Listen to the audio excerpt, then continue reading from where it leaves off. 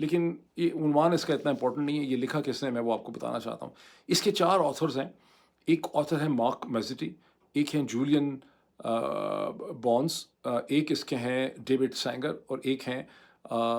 رونن برگمن۔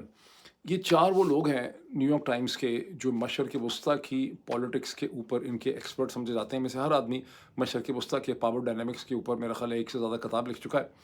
اور ان کو بڑی ایکسیس حاصل ہے۔ تو انہوں نے یہ جو آرٹیکل لکھا ہے، جو ایسے لکھا ہے انالیسس کا، جس میں انہوں نے سوال ریز کیا ہے کہ ڈونلڈ ٹرمپ کیا کرنا چاہتے ہیں ایران کے ساتھ۔ اس میں انہوں نے انٹیلیجنس سورسز سے بات کی ہے، ایران کے اندر، اسرائیل کے اندر، امریکہ کے اندر، یورپ کے اندر، اور ڈفرینٹ جگہوں پہ۔ تو یہ بہت ہی ایک پڑھنے والا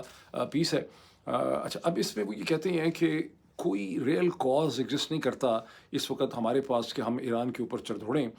بیکاز اگر پہلے پروٹیسٹ ہو رہے تھے، پہلے یہ ہم نے ایکسکیوز دیا کہ پروٹیسٹ ہو رہے ہیں تو ہم پروٹیسٹرز کی مدد میں جا رہے ہیں، تو کوئی کاز ہمارے پاس ایگزسٹ نہیں کرتا، تو پھر ہم کیا کرنے کے لیے جا رہے ہیں۔ اس میں بھی مینشن ہے کہ امریکہ کی فوج جو ہے، پینٹاگون یا سینٹ کام جو ہے، اس نے بہت سی آپشنز جو ہیں وہ ڈونلڈ ٹرمپ کے سامنے رکھی۔ اب وہ آپشنز آپ دیکھیں تو بڑی انٹرسٹنگ ہیں۔ اس میں یہ بھی ہے کہ ایران کی نیوکلیئر سائٹس کو ایک بار پھر جو ہے اس کو ان کو ٹارگٹ کیا جا سکتا ہے، ایران کا جو مسل سسٹم ہے اسے ٹارگٹ کیا جا سکتا ہے، ایران کے ریولیوشنری گارڈز کو ٹارگٹ کیا جا سکتا ہے، اور یہ کہ ایران میں چونکہ ایران کی حکومت ان پروٹیسٹ کے نتیجے میں اور اسرائیل سے جنگ کے نتیجے میں بہت کمزور ہو چکی ہے، تو ایک آدھ اسٹرائکس کے نتیجے میں ایران کی حکومت کو گرایا بھی جا سکتا ہے، یہ بھی ایک آپشن ہے۔ اور پھر ایک آپشن یہ بھی ہے کہ امام خامنہ جو ہیں ان کو اسیسینیٹ کیا جا سکتا ہے۔ جب امام خمینی کی اسیسینیشن کی بات ہوتی ہے تو پھر یہ سوال اٹھاتے ہیں کہ لیکن امام خامنہ جو ہیں انہیں کبھی بھی امریکہ نے ٹیررسٹ قرار نہیں دیا۔ اب دیٹس ویری انٹرسٹنگ۔ ابھی میں آپ کے سامنے کچھ مزید انفارمیشن رکھنے والا ہوں کہ یہ کیا معاملہ ہے اس وقت جو یورپ کے اندر ہو رہا ہے، لیکن ان کا کہنا یہ ہے کہ